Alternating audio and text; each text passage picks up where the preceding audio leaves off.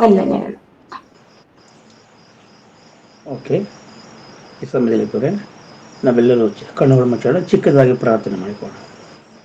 ನಮ್ಮನ್ನು ಬಹಳವಾಗಿ ಪ್ರೀತಿಸಿದಂಥ ಪರಲೋಕ ತಂದೆಯೇ, ಈ ಒಳ್ಳೆಯ ಸಮಯಕ್ಕಾಗಿ ನಿಮಗೆ ವಂದನೆಗಳು, ಸ್ತೋತ್ರಗಳು ತಂದೆ, ಕೃತಜ್ಞತೆಗಳು ತಂದೆ. ನಮ್ಮ ಎಲ್ಲರಿಗೂ ರಾತ್ರಿಯ ಪೂರ್ತಿ ಎಲ್ಲ ಸುಖವಾದ ನಿದ್ದೆಯನ್ನು ಕೊಟ್ಟು ಈ ಉದಯ ಕಾಲವನ್ನು ಕೊಟ್ಟಿದ್ದರಿಂದ ದೇವರೇ, ನಿಮ್ಮ ಕೆಲಸದ ನಿಮಿತ್ತವಾಗಿ ಮತ್ತೊಂದು ದಿನವನ್ನು ನಮ್ಮೆಲ್ಲರಿಗೂ ನೀವು ದಯಪಾಲಿಸಿದ್ರಿ ತಂದೆ. ಹೌದು ತಂದೆ, ಈ ಸಂದರ್ಭದಲ್ಲಿ ಮುಂಜಾನೆ ಸಮಯದಲ್ಲಿ ಈ ಗೂಗಲ್ ಮೀಟಿಂಗ್ ಮೂಲಕವಾಗಿ ನಿನ್ನ ಮಕ್ಕಳು ನಾವೆಲ್ಲರೂ ಸೇರಿ ಇದುವರೆಗೂ ಹಾಡುಗಳ ಮೂಲಕ, ಪ್ರಾರ್ಥನೆ ಮೂಲಕ ತಂದೆ ನಿಮ್ಮ ನಾಮವನ್ನು ನಾವು ಮಯಪಡಿಸಿದಪ್ಪ ತಂದೆ. ಈ ಸಮಯದಲ್ಲಿ ಪ್ರಾಮುಖ್ಯವಾದ ಸಮಯಕ್ಕೆ ನಾವು ಬಂದಿದ್ದೇವೆ. ವಿಶೇಷವಾಗಿ ನಿಮ್ಮ ವಾಕ್ಯಗಳನ್ನು ಜ್ಞಾನಕ್ಕೋಸ್ಕರ ನಾವು ಬಂದಿದ್ದೀವಿ ತಂದೆ. ತಂದೆ, ಈ ಸಮಯದಲ್ಲಿ ಹೇಳುವಂಥ ನನಗೆ ಪರಿಶುದ್ಧಾತ್ಮ ಜ್ಞಾನವನ್ನು, ಅದೇ ರೀತಿ ಕೇಳುವಂಥ ನಿನ್ನ ಮಕ್ಕಳಿಗೂ ಸಹ ವಿವೇಕವನ್ನು, ಅದನ್ನು ಅಂಗೀಕರಿಸಲಿಕ್ಕೆ ಬೇಕಾದಂಥ ಜ್ಞಾನವನ್ನು ದಯಪಾಲಿಸಬೇಕಾಗಿ ಹೇಳ್ಕೊಳ್ತೀನಪ್ಪ ತಂದೆ. ಇನ್ನು ಯಾರೆಲ್ಲ ಈ ಒಂದು ಕರ್ತನ ಗೂಗಲ್ ಮೀಟಿಂಗ್ ಬರಬೇಕಂದ್ರೆ ನಿಮ್ಮ ಚಿತ್ತ ಇದ್ದಿದ್ದೇವೆ, ಅವರೆಲ್ಲರೂ ಸಮಯಕ್ಕೆ ತಕ್ಕಾಗಿ ಬಂದು ನಿಮ್ಮ ಮಾತುಗಳ ಕೇಳಲಿಕ್ಕೆ ನೀವು ಸಹಾಯ ಮಾಡು ತಂದೆ. ಎಲ್ಲ ನಿನಗೆ ಒಪ್ಪಿಸ್ಕೊಡ್ತೀನಿ, ನೀವು ತಾವು ನಡೆಸಿರಿ, ಬಲಪಡಿಸಿರಿ. ಏಸು ಪ್ರಭು ತಂದೆ, ಆಮೇಲೆ. ಓಕೆ ಒಪ್ಪರೆ, ಕರ್ತನಾದಂಥ ಏಸು ಕ್ರಿಸ್ತರ ಹೆಸರಲ್ಲಿ ನಿಮ್ಮೆಲ್ಲರಿಗೂ ನನ್ನ ಹೃದಯಪೂರ್ವಕವಾದಂಥ ವಂದನೆಗಳ ಸಲ್ಲಿಸ್ತಾ ಇದ್ದೀನಿ. ದೇವರ ಮಕ್ಕಳೇ, ವಿಶೇಷವಾಗಿ ಈ ಒಂದು ಮುಂಜಾನೆ ಸಮಯದಲ್ಲಿ ದೇವರು ಈ ಒಂದು ಸಮಯವನ್ನು ಕೊಡೋದಕ್ಕಾಗಿ ಮೊದಲನೇದಾಗಿ ತಂದೆಯಾದ ದೇವರಿಗೆ ನಾವು ವಂದನೆಗಳನ್ನು ಸಲ್ಲಿಸುವುದನ್ನಾಗಿದೆ. ಓಕೆ ಬೈ, ನಾವು ಅಂಶದ ಕಡೆಗೆ ಹೋಗೋಣ. ಇವತ್ತು ನಾನು ಮಾತನಾಡುವಂಥ ಒಂದು ಪ್ರಾಮುಖ್ಯವಾದ ವಿಷಯವನ್ನು ನಿಮ್ಮ ಮುಂದೆ ಹಂಚಿಕೊಳ್ಳೋಕ್ಕೆ ನಾನು ಇಷ್ಟಪಡ್ತಾ ಇದ್ದೀನಿ. ಇವತ್ತಿನ ಅಂಶದ ಹೆಸರು ಏನು ಹಾಪ್ರೆ, ದೇವರನ್ನು ನಿರೂಪಿಸುವನು ನರನೇ. ಮೊದಲದಾಗಿ, ದೇವರನ್ನು ನಿರೂಪಿಸುವನು ನರನೇ ಅಥವಾ ನೀನೇ ಎಂಬುದಾಗಿ. ಏನಕ್ಕೆ ಈ ಒಂದು ಅಂಶವನ್ನು ನಾವು ಧ್ಯಾನ ಮಾಡ್ತಿದ್ರೆ ನೋಡಿ, ದೇವರು ಈ ಲೋಕದಲ್ಲಿ ಕೋಟ್ಯಾನು ಕೋಟಿ ದೇವದೂತರಿದ್ದಾರೆ. ಯಾಕಂದರೆ ಪರಲೋಕದಲ್ಲಿ ನೋಡುವಾಗ ಕೋಟ್ಯಾನು ಕೋಟಿ ದೇವದೂತರಿದ್ದಾರೆ. ಈ ಸೃಷ್ಟಿಗಳು ನೋಡುವಾಗ ಎಲ್ಲವೂ ಸಹ ದೇವದೂತರು. ಇವರ ಯಾರ ಮೇಲೂ ಸಹ ನೀವು ನನ್ನನ್ನು ದೇವರಂತ ನಿರೂಪಿಸಿ ಅಂತ ಅದನ್ನು ಅಬ್ಸರ್ವ್ ಮಾಡಿದ್ರೆ ಮಾತ್ರ ನಮ್ಗೆ ಗೊತ್ತಾಗ್ತದೆ. ಆದರೆ ದೇವರು ನಮಗೆ ಸುವಾರ್ತೆಯನ್ನು ಸಾರಿ ಅಂತ ಏನು ಮಾಡಿದರೆ, ನಮ್ಮನ್ನು ನಂಬಿ ಈ ಭೂಮಿ ಮೇಲೆ ಬಿಟ್ಟಿದ್ದಾರೆ. ನನ್ನ ಬಗ್ಗೆ ನೀವು ಹೇಳ್ರಿ, ಮನುಷ್ಯರಾದ ನೀವೇ ಹೋಗಿ ನಿರೂಪಿಸಿ, ಸೃಷ್ಟಿಕರ್ತನೇ ಯಾರು, ಅದನ್ನು ಹೇಗಿದ್ದಾನೆ, ಅದನ್ನು ಏನೆಲ್ಲ ಉಂಟು ಮಾಡಿದ್ದಾನೆ, ಮತ್ತು ನಮಗೋಸ್ಕರ ಇಷ್ಟೆಲ್ಲ ತ್ಯಾಗಗಳನ್ನು ಮಾಡಿದ್ದಾನೆ ಅನ್ನೋದನ್ನ ಮನುಷ್ಯರಾದ ನೀವೇ ಹೋಗಿ ತಿಳಿಸ್ಬೇಕಂತ ದೇವರು ಬರೇ ನಮ್ಮನ್ನೆಲ್ಲರನ್ನ ಏನು ಮಾಡಿದ್ದಾನೆ, ಈ ಭೂಮಿ ಮೇಲೆ ಓಡಿಸಿದ್ದಾನೆ. ಏನು ನಾವು ಆಕಸ್ಮಿಕವಾಗಿ ಈ ಭೂಮಿಗೆ ಬಂದಿಲ್ಲ. ನಾವು ಏನಕ್ಕೆ ಬಂದಿದ್ರೆ, ದೇವರನ್ನ ಕುರಿತು ನಾವು ಇತರರಿಗೆ ತಿಳಿಸ್ಬೇಕು, ನಾಸನದ ಲೋಕದಿಂದ ನಾವು ತಪ್ಪಿಸಬೇಕು ಜನರನ್ನ ಅಂತ ದೇವರು ಈ ಭೂಮಿ ಮೇಲೆ ಏನು ಮಾಡಿದ್ದಾನೆ, ನಮ್ಮನ್ನು, ನಿಮ್ಮನ್ನು, ಪ್ರತಿಯೊಬ್ಬ ಮಾನವರನ್ನ ಏನು ಮಾಡಿದ್ದಾನೆ, ಉಂಟು ಮಾಡಿದ್ದಾನೆ. ಈ ಮನುಷ್ಯರೇ ದೇವರು ಅದನ್ನು ನಿರೂಪಿಸ್ಬೇಕು. ಅದಕ್ಕಾಗಿ ದೇವ್ರನ್ನ ನಿರೂಪಿಸ್ಬೇಕಾದ್ರೆ ದೇವರು ಅನೇಕ ಮಾತುಗಳನ್ನು ಏನು ಮಾಡಿದ್ದಾನೆ, ಯಾವ ರೀತಿ ನಿರೂಪಿಸ್ಬೇಕಂತ ದೇವರು ಬೈಬಲಲ್ಲಿ ಬರೆಸಲ್ಪಟ್ಟಿದ್ದಾನೆ. ಅದರಿಂದ ಮುಖ್ಯವಾಗಿ ನಾವು ಪ್ರತಿಯೊಬ್ಬ ಮನುಷ್ಯನಿಗೆ ನಾವು ಮತ್ತೊಬ್ಬರಿಗೆ ದೇವರು ಯಾರು ಅಂತ ಹೇಳೋಕ್ಕೆ ಮುಂಚೆ ನಾವು ಯಾರು, ದೇವರು ಹೇಗಿದ್ದಾನೆ ಅನ್ನೋದು ನಾವು ತಿಳ್ಕೊಬೇಕು. ದೇವರು ಹೇಗಿದ್ದಾನೆ, ಅದರ ಯಾವ ರೀತಿ ಈ ಸಕಲವನ್ನು ಉಂಟು ಮಾಡಿದ್ದಾನೆ. ಈಗ ನೋಡಿ, ಒಬ್ಬ ಡಾಕ್ಟರ್ ಆಗಬೇಕಾದ್ರೆ ಆತನು MBBS ಮಾಡಿರಬೇಕು. ಯಾವ ಒಂದು ಅಂಗಕ್ಕೆ ಅವನು ಡಾಕ್ಟರ್ ಆಗಿದ್ದಾನೋ ಅದರ ಪೂರ್ತಿಯಾದಂಥ ಆ ಒಂದು ಕಾಯಿಲೆ ಅವನಿಗೆ ಗೊತ್ತಿರಬೇಕು. ಆಗ ಮಾತ್ರ ಮತ್ತೊಬ್ಬರಿಗೆ ಅವನು ಹೇಳಲಿಕ್ಕೆ ಸಾಧ್ಯ, ಮತ್ತು ಅವರಿಗೆ ಟ್ರೀಟ್ಮೆಂಟ್ ಕೊಡಲಿಕ್ಕೆ ಸಾಧ್ಯ ಇರ್ತದೆ. ಅದೇ ರೀತಿ ದೇವರ ಮಕ್ಕಳಾದ ನಾವು ದೇವರನ್ನ ಕುರಿತು ನಾವು ಚೆನ್ನಾಗಿ ತಿಳ್ಕೊಂಡ್ರೆ ಮಾತ್ರ ಮತ್ತೊಬ್ಬರಿಗೆ ದೇವರನ್ನ, ಹೌದು ಇವರೇ ಸೃಷ್ಟಿಕರ್ತರು, ತಂದೆಯೇ ಸೃಷ್ಟಿಕರ್ತರು ಎಂಬುದಾಗಿ ನಿರೂಪಿಸಲಿಕ್ಕೆ ಅದು ಸಾಧ್ಯವಾಗ್ತದೆ. ಅಕಸ್ಮಾತ್ ನಾವು ದೇವರ ಬಗ್ಗೆ ತಿಳಿದುಕೊಳ್ಳದೆ ಯಾವುದೋ ಲೋಕ ಜ್ಞಾನದ ಬಗ್ಗೆ ನಾವು ತಿಳ್ಕೊಂಡ್ರೆ ಯಾವ ಒಂದು ಪ್ರಯೋಜನ ಇಲ್ಲ. ಅದಕ್ಕಾಗಿ ದೇವರನ್ನು ನಿರೂಪಿಸುವನು ನರನೇ, ಮನುಷ್ಯನ್ನೇ ದೇವರನ್ನ ಎನ್ಬೇಕು. ಅದಕ್ಕಾಗಿ ನಾವು ಈ ಭೂಮಿ ಮೇಲೆ ಉಂಟಾಗಿದ್ದೇವೆ. ಯಾಕಂದರೆ ಎಫೆಸೀಯರ 2:10 ವರ್ಷದಲ್ಲಿ ನೋಡುವಾಗ ನಾವು ಆ ಥರ ನಿರ್ಮಾಣ, ಅದನ್ನು ಸತ್ಕಾರ್ಯವನ್ನು ಮಾಡಲಿಕ್ಕೋಸ್ಕರ ನಾವು ಉಂಟಾಗಿದ್ದೇವೆ ಎಂಬುದಾಗಿ ದೇವರು ವಾಕ್ಯ ಹೇಳ್ತಾರೆ. ನಾವೆಲ್ಲರೂ ಈ ಭೂಮಿ ಮೇಲೆ ಬಂದಂಥ ಉದ್ದೇಶ, ನಮ್ಮ ಜೀವನ ನಾವು ಮಾಡ್ತಾ ಇರ್ಬೋದು. ಆದರೆ ಪ್ರಾಮುಖ್ಯವಾಗಿ ನಾವು ಬಂದಂಥ ಉದ್ದೇಶ, ಪ್ರತಿಯೊಬ್ಬರು ದೇವರೇ ಸೃಷ್ಟಿಕರ್ತನ ಇವರೇ ದೇವರಂತ ನಿರೂಪಿಸಬೇಕಾಗಿದೆ. ಅದಕ್ಕಾಗಿ ಆ ಬೈಬಲ್ ನಾವು ನೋಡೋಣ ಪ್ರೇ. ಬೈಬಲಲ್ಲಿ ಬಹಳ ಅದ್ಭುತವಾದ ರೀತಿಯಲ್ಲಿ ಈಸಿಯಾಗಿ ದೇವರನ್ನ ಯಾವ ರೀತಿ ನಿರೂಪಿಸೋದು ಎಂಬುದಾಗಿ ದೇವರು ತಿಳಿಸ್ಕೊಟ್ಟಿದ್ದಾರೆ. ಅದರಿಂದ ನಾವೆಲ್ಲರೂ ನಾವು ತಿಳ್ಕೊಳ್ಳೋಣ ಪ್ರೇ. ಮುಖ್ಯವಾಗಿ ಆದಿಕಾಂಡ ಪುಸ್ತಕ 1ನೇ ಅಧ್ಯಾಯ 26ನೇ ವಚನ ಓದಿಕೊಳ್ಳೋಣ. ನಾವೆಲ್ಲರಿಗೂ ಸಹ ಚಿರಪರಿತವಾದಂಥ ವಾಕ್ಯ ಆದಿಕಾಂಡ ಪುಸ್ತಕ 1ನೇ ಅಧ್ಯಾಯ 26ನೇ ವಚನವನ್ನು ದಯಮಾಡಿ ಓದಿಕೊಳ್ಳೋಣ. ಆಮೇಲೆ ದೇವರು ನಮ್ಮ ಸ್ವರೂಪದಲ್ಲಿ ನಮ್ಮನ್ನು ಹೋಲಿಕೆಗೆ ಸರಿಯಾಗಿ ಮನುಷ್ಯರನ್ನು ಉಂಟು ಮಾಡೋಣ, ಅವರು ಸಮುದ್ರದಲ್ಲಿರುವ ಮೀನುಗಳ ಮೇಲೆಯೂ ನೋಡಿ, ಅಂತರಿಕ್ಷದಲ್ಲಿ ಹಾರಾಡುವ. ಸಾಕಷ್ಟೇ. ಇಲ್ಲಿ 26ನೇ ವಚನವನ್ನು ನೋಡುವಾಗ 1ನೇ ಅಧ್ಯಾಯ 26ನೇ ವಚನದಲ್ಲಿ ಆಮೇಲೆ ದೇವರು ನಮ್ಮ ಸ್ವರೂಪದಲ್ಲಿ ಆಮೇಲೆ ದೇವರು ನಮ್ಮ ಸ್ವರೂಪದಲ್ಲಿ ನಮ್ಮ ಹೋಲಿಕೆಗೆ ಸರಿಯಾಗಿ ಮನುಷ್ಯರನ್ನು ಉಂಟು ಮಾಡೋಣ. ಅಂದರೆ ದೇವರು ನೋಡಿ, ಯಾವುದೋ ಸ್ವರೂಪದಲ್ಲಿ ದೇವರು ಮಾಡಿಲ್ಲ, ಸೃಷ್ಟಿ ಮಾಡಲಿಲ್ಲ. ಮನುಷ್ಯನು ತನ್ನ ಸ್ವರೂಪದಲ್ಲಿ.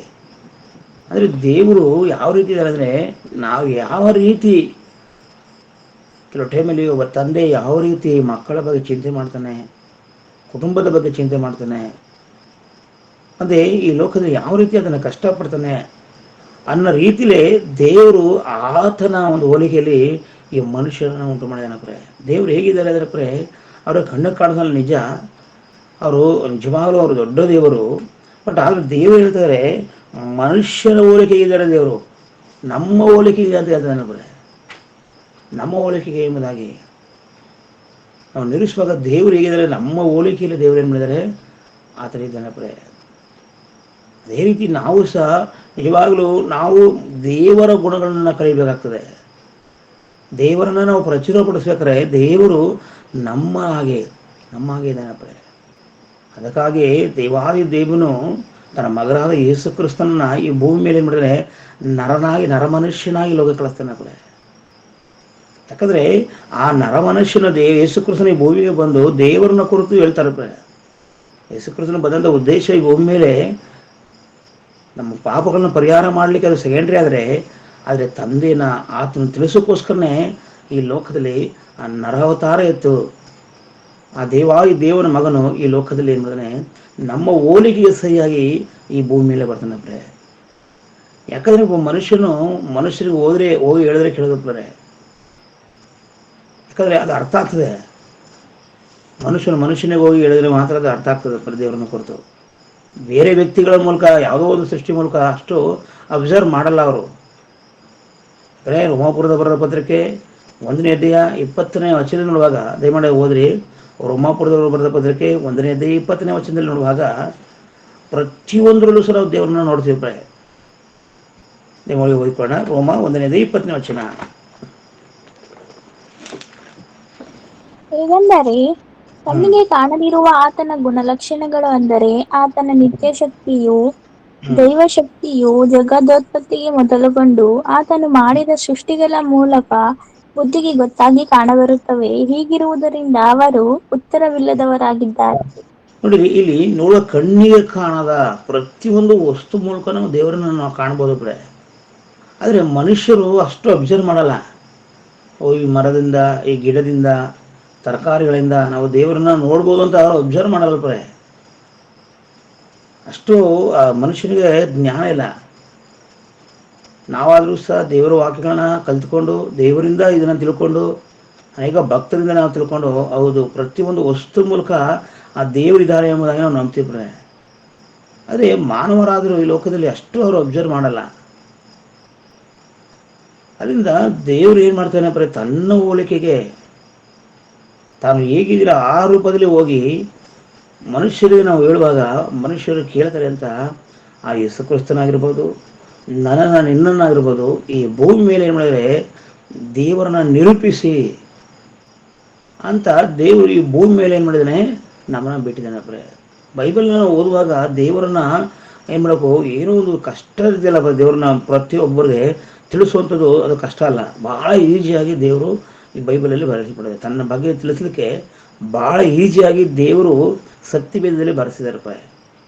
ಯಾಕೆ ನೋಡುವಾಗ ನೋಡಿ, ಯೋಗನ ಪುಸ್ತಕ ಅಂತ ತೆಗೆರಿ, ಯೋಗನ ಪುಸ್ತಕ 37ನೇದೆಯ 7ನೇ ವಚನ ಓದಿಕೊಳ್ಳೋಣ. ಯೋಗನ ಪುಸ್ತಕ 37ನೇದೆಯ 7ನೇ ವಚನ ನಾವೇ ಮಾಡಿ ಎಲ್ಲರೂ ಸಹ ಓದಿಕೊಳ್ಳೋಣ.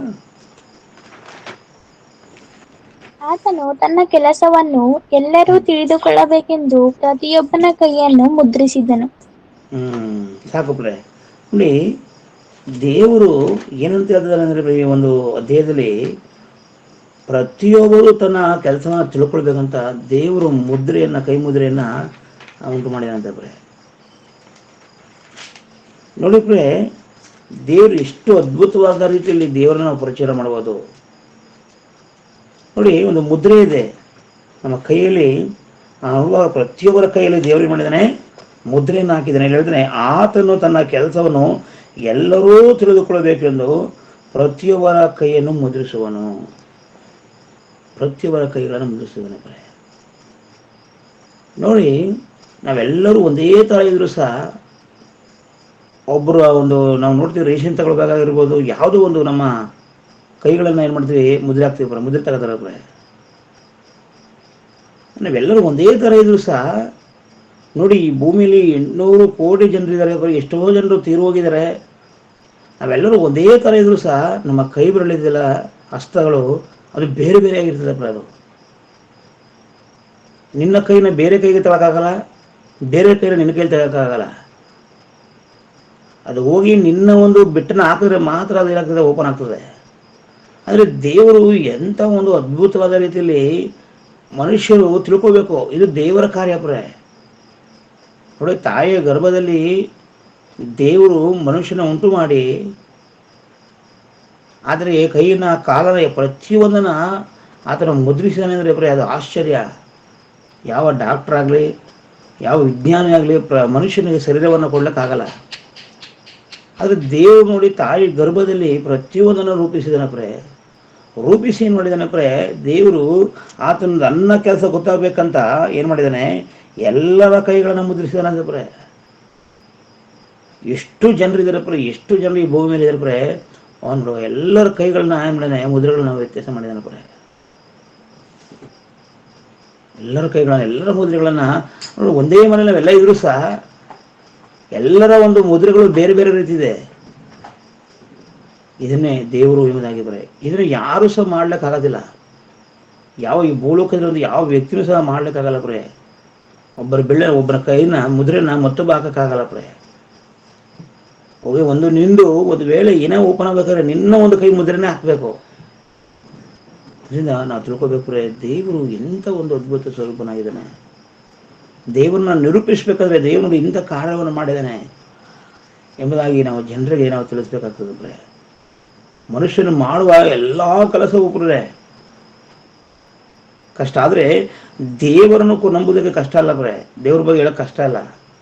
ನಾವು ಈಜಿಯಾಗಿ ದೇವರನ್ನು ಕುರಿತು ನಿರೂಪಿಸ್ಬೋದು. ದೇವರು ನಿಜವಾದ ದೇವ್ರ ತಂದೆ, ಸೃಷ್ಟಿಕರ್ತನ ತಂದೆ ಎಂಬುದನ್ನ ನಾವು ಈಜಿಯಾಗಿ ನೋಡೋದು, ನಾವು ನಿರೂಪಿಸ್ಬೋದು. ಯಾಕಂದರೆ ಬದಲಾಗಿ ದೇವರು ನಮ್ಮ ಹೋಲಿಕೆಯಲ್ಲಿ ತನ್ನ ಹೋಲಿಕೆಯನ್ನು ಉಂಟು ಮಾಡಿದಾನೆ ಪ್ರೆ. ಅದರಲ್ಲಿ ದೇವರ ಗುಣಗಳು ಮನುಷ್ಯರಿಗೆ ಬರ್ತವೆ ಪ್ರೆ.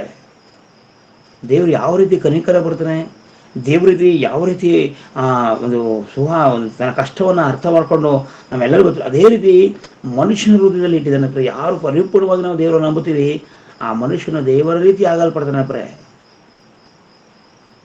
ಯೇಸು ಕ್ರಿಸ್ತನಾಗಿರ್ಬೋದು, ಅಪೊಸ್ತಲರಾಗಿರ್ಬೋದು, ಇವರೆಲ್ಲರೂ ದೇವರೇ ಹೋಲಿಕೆಗೆ ಇದ್ದಂಥ ಮನುಷ್ಯರು ದೇವರಾಗಿ ಮಾರ್ಪಡ್ತಾರಪ್ಪ. ಈ ಜಗತ್ತಿನಲ್ಲಿ ದೇವರನ್ನ ಕುರಿತು ಅವರೆಲ್ಲರೂ ತಿಳಿಸಲ್ಪಡ್ತಾರಪ್ಪ. ದೇವರ ಮನಸ್ಸು ಅವ್ರಿಗೆ ಬಂದ್ಬಿಡ್ತದೆ. ಅದಕ್ಕೆ ದೇವರು ತನ್ನ ಹೋಲಿಕೆಗೆ ಏನು ಮಾಡಿದಾನೆ, ಮನುಷ್ಯರಾದ ನಮ್ಮನ್ನು ಉಂಟು ಮಾಡಿದಾನೆ ಪ್ರೆ. ಕಾರಣ ನಾವು ದೇವರನ್ನ ನಿರೂಪಿಸಬೇಕು, ಸೃಷ್ಟಿಕರ್ತನ ನಿರೂಪಿಸಬೇಕು. ಸೃಷ್ಟಿಕರ್ತರು ಇವರೇ ಅಂತ ನಾವು ತಿಳಿಸ್ಬೇಕಂತ ದೇವರು ನಿನ್ನನ್ನು ನಂಬಿ ಈ ಭೂಮಿ ಮೇಲೆ ಸುವಾರ್ತೆ ಸಾರಲಿಕ್ಕೆ ದೇವರು ಅವಕಾಶ ಮಾಡಿಕೊಟ್ಟಿದ್ದಾನೆ ಪ್ರೆ. ಅದರಿಂದ ಪ್ರತಿಯೊಬ್ಬರ ಒಂದು ಕೈಗಳನ್ನು ಮುದ್ರಿಸಿದಾನೆ ದೇವರು ಪ್ರೆ. ಇದು ಮನುಷ್ಯರಿಂದ ಸಾಧ್ಯನ? ಮನುಷ್ಯನ ಒಂದು ಅಂಗವನ್ನು ಕೊಡಲಿಕ್ಕೆ ಸಾಧ್ಯ ಪ್ರೆ. ಆದರೆ ದೇವರು ನಮಗೆ ಈ ಶರೀರವನ್ನು ಕೊಟ್ಟು ಈ ಶರೀರದಲ್ಲಿ ಅವನು ಮುದ್ರೆಗಳನ್ನು ಕೊಟ್ಟಿದ್ದಾನೆ ಪ್ರೆ. ನಾವು ಅಪೊಸ್ತಲರ ಕೃತ್ಯಗಳು 26ನೇ ಅಧ್ಯಾಯ 28ನೇ ವಚನ ಓದುವಾಗ, ಅಪೊಸ್ತಲರ ಕೃತ್ಯಗಳು ನೋಡ್ರಿ ಬರೀ 26ನೇದೆಯ 28ನೇ ವಚನವನ್ನ ನಾವು ದಯಮಾಡಿ ಓದಿಕೊಳ್ಳೋಣ.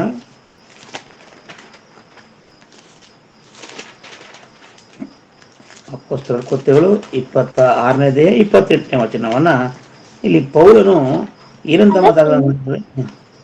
ಅದಕ್ಕೆ ಅಗ್ರೀಸನು, ಅಲ್ಪ ಹ್ಮ್ ಪ್ರಯತ್ನದಿಂದ ನನ್ನನ್ನು ಕ್ರೈಸ್ತನಾಗುವುದಕ್ಕೆ ಹ್ಮ್ ಒಡಂಬಡಿಸುತ್ತೀಯಾ ಎಂದು ಹೇಳಲು ಪೌಲನು, ಅಲ್ಪ ನೋಡ್ಲಿ ಪ್ರಯತ್ನದಿಂದಾಗಲಿ.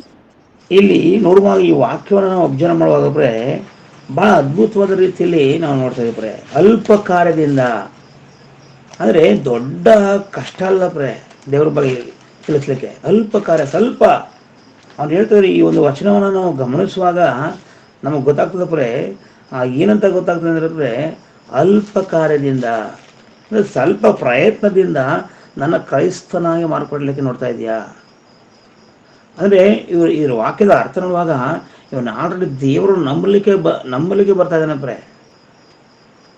ದೇವರನ್ನ ನಂಬಲಿಕ್ಕೆ ಅದನ್ನ ಏನ್ ಮಾಡ್ತಾನೆ ಬರ್ತಾ ಇದ್ದಾನೆ. ಅದರಿಂದ ಅವನು ಹೇಳುವಂತ ಮಾತು ಅಲ್ಪ ಪ್ರಯತ್ನದಿಂದ. ಅದಕ್ಕೆ ಅಗ್ರಿಪನನು ಅಲ್ಪ ಪ್ರಯತ್ನದಿಂದ ನಾನು ಕ್ರೈಸ್ತನಾಗುವುದಕ್ಕೆ ಒಳಂಬಡಿಸುತ್ತೀಯಾ ಎಂದು ಹೇಳಲು, ಅದಕ್ಕೆ ಆ ಪೌಲ ಹೇಳ್ತಾನೆ ಅಲ್ಪ ಪ್ರಯತ್ನದಿಂದಾಗಲಿ ಅಧಿಕ ಪ್ರಯತ್ನದಿಂದಾಗಲಿ ನೀನು ಮಾತುಕೊಳ್ಳದೆ ಇವತ್ತು ನನ್ನ ಮಾತುಗಳನ್ನು ಕೇಳುವರೆಲ್ಲರೂ ಈ ಬೇಡಿಗಳ ಹೊರತು ನನ್ನಂತೆ ಆಗಬೇಕೆಂದು ದೇವರನ್ನು ಪ್ರಾರ್ಥಿಸುತ್ತೇನೆ ಅಂದನು. ನೋಡಿ, ಈ ಪೌಲನು ಅಲ್ಲಿ ಸುವಾರ್ತೆನ ಸಾರುವಾಗ ಆಲ್ರೆಡಿ ಆ ಒಂದು ರಾಜನು ಮನಸ್ಸಾಂತರ ಹೊಂದಲಿಕ್ಕೆ ಪ್ರಯತ್ನ ಪಡ್ತಾನೆ. ಅದರಿಂದ ನಾವು ದೇವರನ್ನ ಎಂಥ ಒಂದು ಸಂದರ್ಭದಲ್ಲೂ ಸಹ ನಿರೂಪಿಸೋದು ಬಹಳ ಈಜಿ ಇರ್ತದೆ. ದೇವರಂತ ಜ್ಞಾನ ನಮಗೆ ಕೊಡ್ತಾನೆ. ಯಾಕಂದ್ರೆ ನಮ್ಮೆಲ್ಲರ ಕರ್ತವ್ಯ. ಮಾರ್ಕನ ಬರೋ ಸುವಾರ್ತೆ 16ನೇ ವಚನ ಓದುವಾಗ, ಮಾರ್ಕನ ಬರೋ ಸುವಾರ್ತೆ 16ನೇ ವಚನವನ್ನು ನಾವು ಗಮನಿಸೋಣ. ನಂಬಿ ದೀಕ್ಷಾಸ್ನಾನ ಮಾಡಿಸಿಕೊಳ್ಳುವವನು ರಕ್ಷಣೆ ಹೊಂದುವನು, ನಂಬದೇ ಹೋಗುವವನು ದಂಡನೆಗೆ ಗುರಿಯಾಗುವನು. ಸಾಗುತ್ತದೆ ನೋಡಿ. ನಂಬಿ ದೇವರನ್ನ ಏನು ಮಾಡ್ಬೇಕಂತ ನಂಬಿ ದೀಕ್ಷಾಸ್ನಾನ ಮಾಡಿಕೊಳ್ಳುವನು ರಕ್ಷಣೆ ಹೊಂದುವನು, ನಂಬದೇ ಹೋಗುವನು ದಂಡನೆಗೆ ಗುರಿಯಾಗುವನು. ಅದು ಯಾವ ವ್ಯಕ್ತಿಗಳಾಗಿರೋ ಸರಿ ಅವನು ದೇವರನ್ನು ನಂಬಿದ್ರೆ, ಸುವಾರ್ತೆ ಸಾರುವಾಗ ದೇವರನ್ನು ನಂಬಿದ್ರೆ ಅವನು ರಕ್ಷಣೆ ಹೊಂತಾರೆ. ಅಂದರೆ ಅವನಿಗೆ ದಂಡನೆ ಬರ್ತದೆ. ದಂಡನೆ ಬರ್ತದೆ. ನೋಡಿ, ನೆನ್ನೆ ನಾವು ಹುಟ್ಟಿದ ಹಬ್ಬವನ್ನು ಆಚರಿಸ್ಕೊಳ್ಳೋ ಅನೇಕ ಹಿಂದೂಗಳನ್ನ ಸ್ನೇಹಿತರನ್ನ ಇನ್ವೈಟ್ ಮಾಡಿದ್ರೆ ಅವ್ರಿಗೆ ಜಸ್ಟ್ ಅವ್ರಿಗೆ ಏನು ಮಾಡಿದ್ರೆ ಒಂದು ದೇವರ ಕುರಿತು ನಾವು ತಿಳಿಸ್ತೋ, ಅದೊಂದು ಚಾನ್ಸ್ ಅವ್ರಿಗೆ ದೇವರನ್ನ ನಿರೂಪಿಸ್ತೋ. ಬಟ್ ಆದರೆ ನಂಬೋದು ಬಿಡೋದು ಅವ್ರಿಗೆ ಸೇರಿದ ಯಾಕಂದ್ರೆ ದೇವರು ನಂಬಿದರೆ ಅವನಿಗೆ ರಕ್ಷಣೆ, ಇಲ್ಲಾಂದ್ರೆ ಅವನು ದಂಡನೆಗೆ ಗುರಿ ನರಕ ಪಾತ್ರನಾಗ್ತಾನೆ. ಆತನು ಹೇಳುವಂಥ ಕರ್ತವ್ಯ ನಮ್ಮದು. ಒಂದು ವೇಳೆ ಅದನ್ನು ಅಂಗೀಕರಿಸಿಕೊಳ್ತಾರೋ ಬಿಡ್ತಾರೋ ಅದು ಅವ್ರಿಗೂ ಸೇರೋದು. ಬಟ್ ಆದರೆ ನಾವು ಈ ಲೋಕದಲ್ಲಿ ಸುವಾರ್ತೆನ ಸಾರಬೇಕು. ಅದಕ್ಕೆ 15ನೇ ವಚನ, ನೀವು ಲೋಕದ ಎಲ್ಲ ಕಡೆಗೆ ಹೋಗಿ ಜಗತ್ತಿಗೆಲ್ಲ ಸುವಾರ್ತೆ ಸಾರಿರಿ. ನಂಬಿ ದೀಕ್ಷಾಸ್ನಾನ ಮಾಡಿಕೊಳ್ಳುವ ರಕ್ಷಣೆ ಹೊಂದುವನು, ನಂಬದೇ ಹೋಗುವ ದಂಡನೆಗೆ ಗುರಿಯಾಗುವನು. ಎಂಬುದಾಗ್ತದೆ.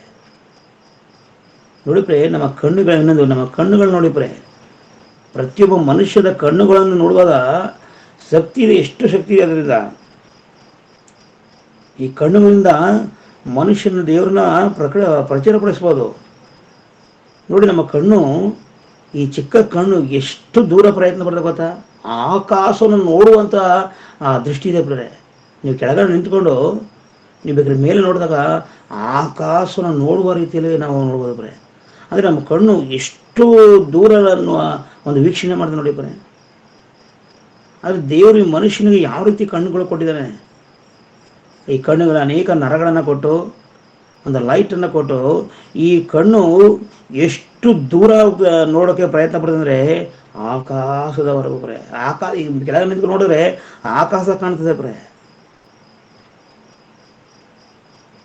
ಅಲ್ವಾ? ದೇವರು ನೋಡಿ ಯಾವ ರೀತಿ, ಈ ಲೋಕದಲ್ಲಿ ಯಾವ ವಸ್ತು ಆ ರೀತಿ ಇಲ್ಲ. ಆದರೆ ನಮ್ಮ ದೇಹದಲ್ಲಿ ದೇವರು ಇಟ್ಟಿರುವಂಥ ಕಣ್ಣು ಆಕಾಶ ದಿಕ್ಕ ನೋಡುವಂಥ ಅಷ್ಟು ದೂರ ನೋಡುವಂತಹ ವೀಕ್ಷಣೆ ನಮ್ಮ ಕಣ್ಣಲ್ಲಿ, ನಮ್ಮ ದೇಹದಲ್ಲಿ ದೇವರು ಇಟ್ಟಿದ್ದಾನೆ ಅಂದರೆ ಇದು ದೇವರ ಕಾರ್ಯ.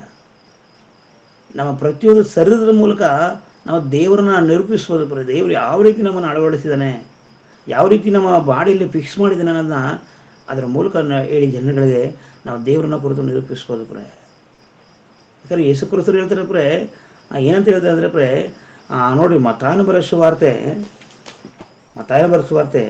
10ನೇ 28ನೇ ವಚನ ನೋಡ್ಕೊಂಡು ಪ್ರೆ. 28ನೇ ವಚನ, ನಮ್ಮ ದೇಹದಲ್ಲಿ ದೇವರು ಇನ್ನೊಂದಿಟ್ಟಿದ್ದಾನೆ ನೋಡಿ ಪ್ರೆ.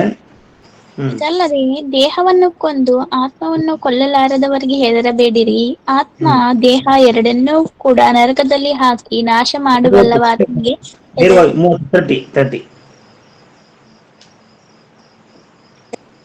ನಿಮ್ಮ ತಲೆ ಕೂದಲುಗಳು ಸಹ ಎಲ್ಲವೂ ಎಣಿಕೆಯಾಗಿವೆ, ಆದುದರಿಂದ ಹೆದರಬೇಡಿರಿ. ಒಂದು ನಿಮಿಷ ಸಿಸ್ಟರ್, ನೋಡಿ ಇಲ್ಲಿ ದೇವರು ಯೇಸು ಕ್ರಿಸ್ತ ಹೇಳುವಂತ ಮಾತು ಪ್ರೆ, ನಿಮ್ಮ ತಲೆ ಕೂದಲುಗಳು ಸಹ ಎಲ್ಲವೂ ಎಣಿಕೆಯಾಗಿದೆ.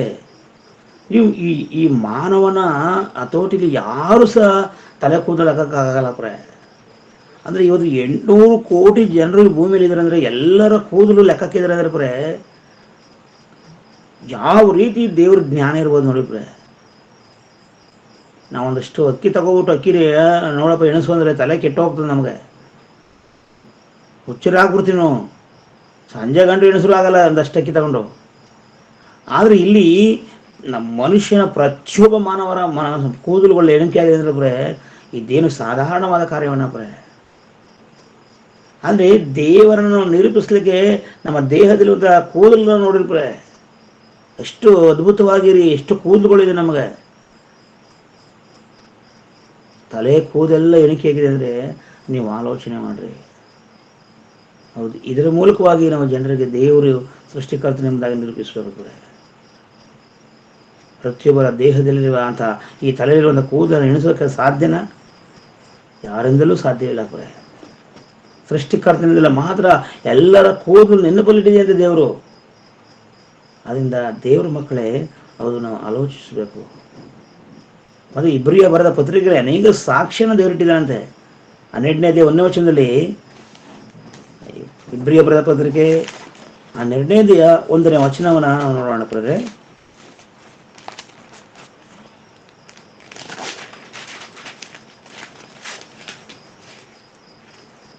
ಇಬ್ರಿಯ 12ನೇ 1ನೇ ವಚನ.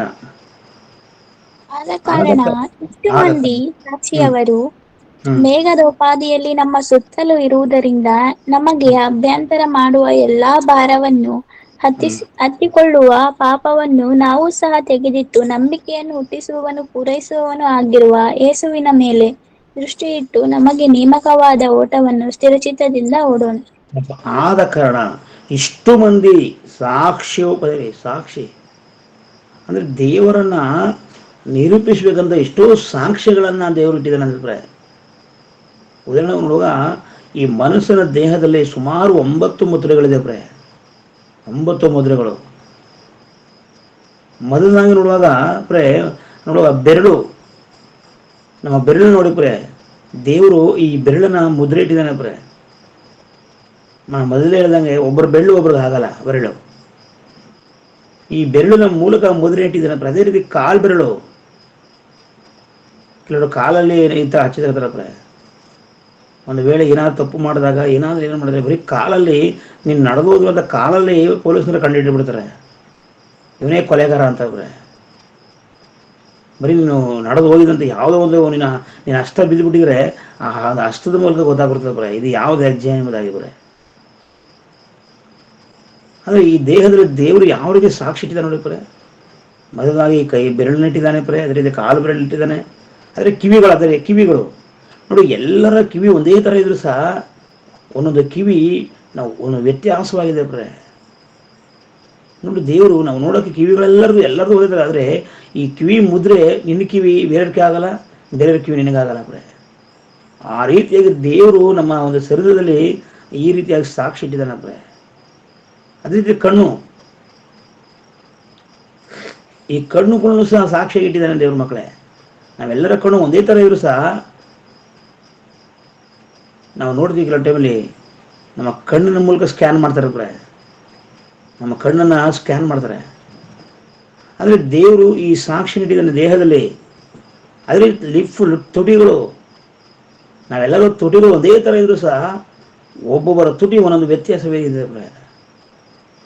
ಅಂದರೆ ದೇವರು ಎಂಥ ಒಂದು ನೋಡಿ ದೇವರನ್ನು ನಿರೂಪಿಸಕ್ಕೆ ದೇವರು ಯಾವ ರೀತಿ ಮಾಡಿದಾನೆ ಪ್ರೆ. ಅಲ್ಲಿ ನಾಲಿಗೆ ಮತ್ತು ಗಂಟಲು ಮತ್ತು ಮನುಷ್ಯನ ನಡೆ ಪ್ರೆ. ಅದಕ್ಕೆ ದಾವೀದ ಹೇಳಿದ್ರೆ 139ನೇ ಕೀರ್ತನೆಯಲ್ಲಿ ನೋಡಿ ಪ್ರೆ, 139ನೇ ಕೀರ್ತನೆ ಅಲ್ಲಿ ನಾವು ನೋಡುವ ಪ್ರಾರಂಭದ ವಚನ ನೋಡುವಾಗ ಅಲ್ಲಿ ದಾವೀದ ಮಹಾರಾಜನು ಬರೀತಾನೆ ಪ್ರೆ. ಏನಂತ ಹೇಳ್ತಾನೆ ಅಂದರೆ ಪ್ರೆ, ಕೀರ್ತನೆ ಪುಸ್ತಕ 139ನೇ ಅಧ್ಯಾಯ ನಾವು ಗಮನಿಸೋಣ ಪ್ರೆ.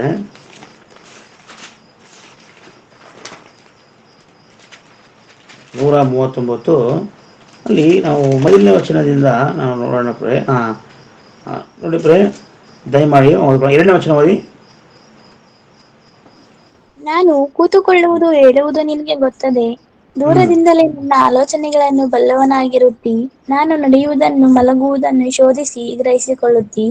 ಹ್ಮ್ ನನ್ನ ನಡುವೆಲ್ಲ ನಿನಗೆ ಗೋಚರವಾಗಿದೆ. ನನ್ನ ನಡೆಯೆಲ್ಲ ಗೋಚರವಾಗಿದೆ. ಅಂದರೆ ಪ್ರತಿಯೊಬ್ಬರ ನಡೆ ಒಂದೊಂದು ರೀತಿ ಇರ್ತದೆ ಪ್ರೆ. ನಾವೆಲ್ಲರೂ ಒಂದೇ ಥರ ಆಗಿದ್ರು ಸಹ ಪ್ರತಿಯೊಬ್ಬರ ನಡತೆ ಏನಂದರೆ ನಮ್ಮ ಹೆಜ್ಜೆಗಳು ಬೇರೆ ಬೇರೆ ಇರ್ತವೆ ದೇವ್ರ ಮಕ್ಕಳೇ. ಆದರೆ ನಮ್ಮ ದೇಹದಲ್ಲಿ ದೇವರು ಯಾವ ರೀತಿ ಸಾಕ್ಷಿ ನೀಡಿದ ನೋಡಿದ್ರೆ. ಮತ್ತು ಕೂದಲು, ಎಷ್ಟೇ ಕೂದಲುಗಳನ್ನು ನಾವು ಬೆರೆಸಲು ಇದೆ, ಇವ್ರ ಕೂದಲು ಇದೆ ಅನ್ನೋದು ಗೊತ್ತಾಗ್ಬಿಡ್ತದೆ. ಒಂದೇ ಒಂದು ಕೂದಲಿಂದ ಕೊಲೆಗಾರನ ಪರಿಚಯ ಇರ್ತಾನೆ ಪೊಲೀಸ್ನವರು. ಎಷ್ಟೇ ಜನ ಇದ್ರು ಸಹ ಇವನೇ ಕೊಲೆಗಾರ ಅಂತ ಬರೀ ಕೂದಲುಗಳಿಂದ ಏನು ಮಾಡಿದ್ರೆ ಅಂದರೆ ದೇವರು ಯಾವ ರೀತಿ ಈ ನಮ್ಮ ದೇಹದಲ್ಲಿ ಸಾಕ್ಷಿಯಾಗಿಟ್ಟಿದ್ದಾನೆ ನೋಡಿದ್ರೆ. ದೇವರನ್ನ ನಿರೂಪಿಸಲಿಕ್ಕೆ ಯಾವ ರೀತಿ ಇದೆ. ಕೋಟ್ಯಾನುಕೋಟಿ ಮಂದಿ ಇದ್ರು ಸಹ ಬರೀ ಕೂದಲುಗಳು ವ್ಯತ್ಯಾಸ ಇದೆ ಪ್ರೆ. ಎಲ್ಲರ ಕೂದಲು ಒಂದೇ ಥರ ಕಂಡ್ರು ಸಹ ಇವನ ಕೂದಲು ಈ ತಲೆಯ ಈ ಒಂದು ಬುರುಡೆ ಕೂದಲು ಇದೇ ಕೂದಲು ಅಂತ ಕಂಡಿಡಲಿಕ್ಕೆ ಸಾಧ್ಯ. ದೇವರ ಶಕ್ತಿ, ದೇವರನ್ನು ನಿರೂಪಿಸಲಿಕ್ಕೆ ಮನುಷ್ಯನ ಸಾಧ್ಯ. ಇದನ್ನೆಲ್ಲ ತೋರಿಸಿ ಇದೆಲ್ಲವನ್ನು ನಾವು ತಿಳಿಸಿ ಮನುಷ್ಯನ ದೇವರನ್ನು ನಂಬಿಸೋದು ಕೂಡ ಈಸಿಯಾಗಿ. ಯಾಕಂದರೆ ನೋಡಿ ಈ ದೇಹದ ಮೂಲಕ ನಾವು ಏನು ಬೇಕು, ದೇವರನ್ನ ಮಹಿಪಡಿಸ್ಬೇಕು. 1 ಕೊರಿಂಥ 6ನೇ 20ನೇ ವಚನ ಹೇಳ್ತಾರೆ. 1 ಕೊರಿಂಥ 6ನೇ 20ನೇ ವಚನವನ್ನು ನಾವು ಗಮನಿಸೋಣ.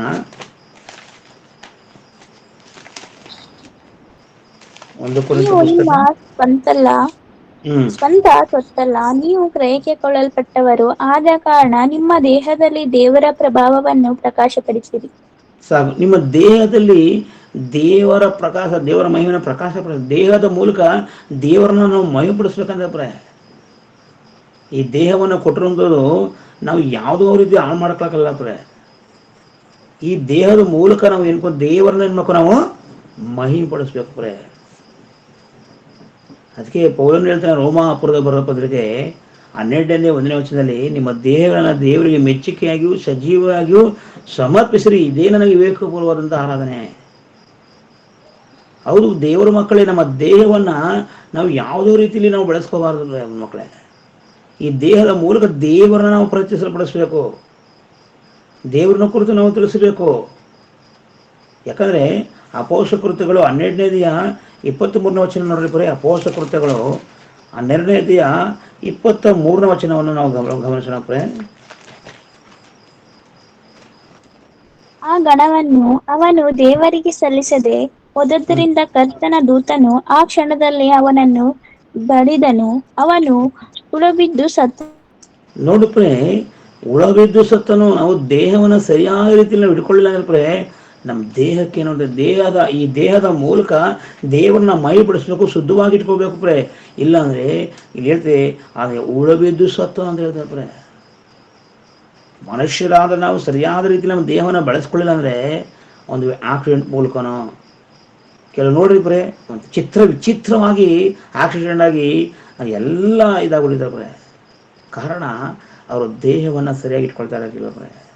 ಈ ದೇಹದ ಮೂಲಕ ಅನೇಕ ಕೋರಿಕೆಗಳು, ಅನೇಕ ವ್ಯಭಿಚಾರಗಳು, ಅನೇಕ ಕೊಡುಕುತನ ಈ ದೇಹದ ಮೂಲಕ ಮಾಡಬಾರದ ಕಾರ್ಯಗಳನ್ನು ಮಾಡ್ತಾ ಪ್ರೆ.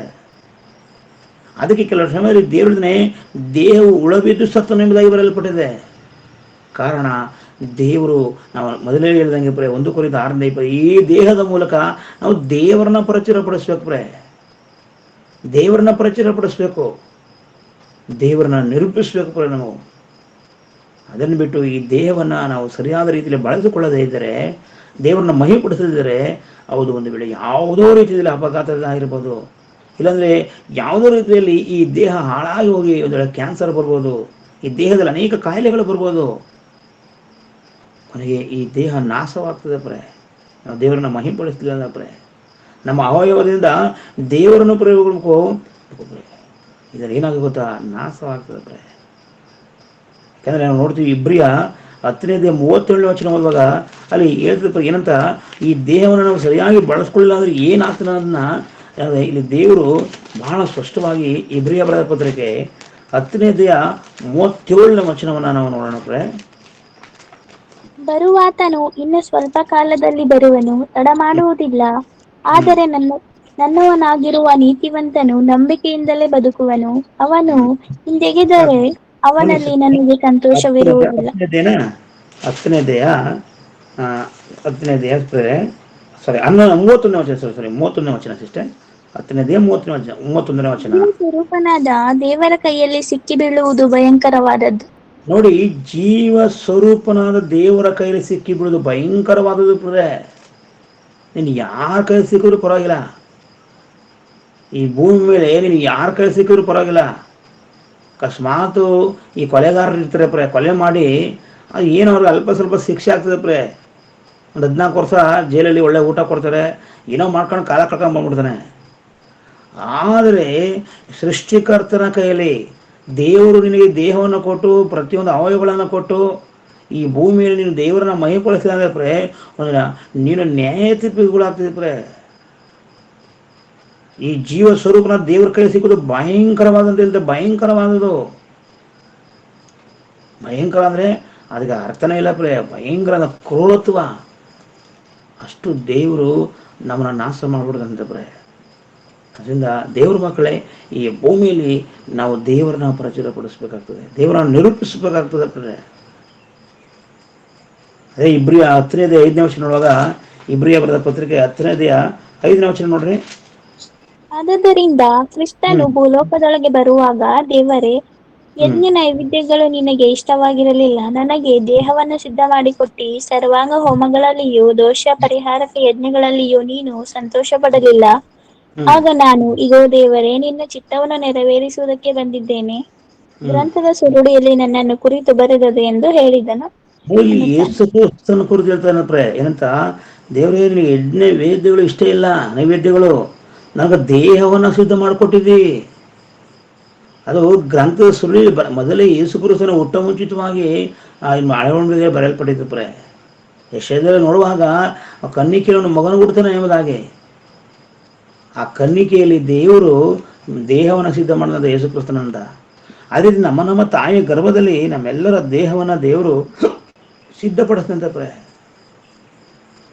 ನಮ್ಮ ಕಾಲುಗಳನ್ನು, ನಮ್ಮ ಕೈಗಳನ್ನು, ನಮ್ಮ ದೇಹದಿಂದ ಅಂಗಗಳನ್ನು ದೇವರು ಯಾವ ಮನುಷ್ಯನನ್ನು ಉಂಟು ಮಾಡೋಕ್ಕಾಗ್ತದೆ ಪ್ರೇ.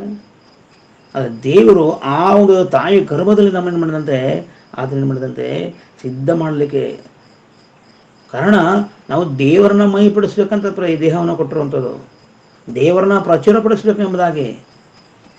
ಅದು ಬಿಟ್ಟು ಈ ದೇಹದ ಮೂಲಕ ಮಾಡಬಾರದ ತಪ್ಪುಗಳನ್ನು ಮಾಡುವುದಾದರೆ ಖಂಡಿತ ಒಂದು ದಿನ ನಾವು ಶಿಕ್ಷೆಗಳನ್ನು ಅನುಭವಿಸ್ತೇವೆ. ದೇವರು ಯೇಸು ಕ್ರಿಸ್ತನ ತನ್ನ ದೇಹದ ಮೂಲಕ ದೇವರನ್ನು ಮಹಿಪಡಿಸಿದಂತೆ ಪ್ರೇ. ನೋಡಿ, ಯೋಹಾನ 17:4 ವಚನ ಹೋದಾಗ ದೇವರು ಸ್ಪಷ್ಟವಾಗಿ ಹೇಳ್ತಾರೆ ಯೇಸು ಕ್ರಿಸ್ತರು. ನೋಡಿ ಪ್ರೇ, ಏನಂತ ಹೇಳಿದ್ರೆ ಯೋಹಾನ 17:4 ವಚನ.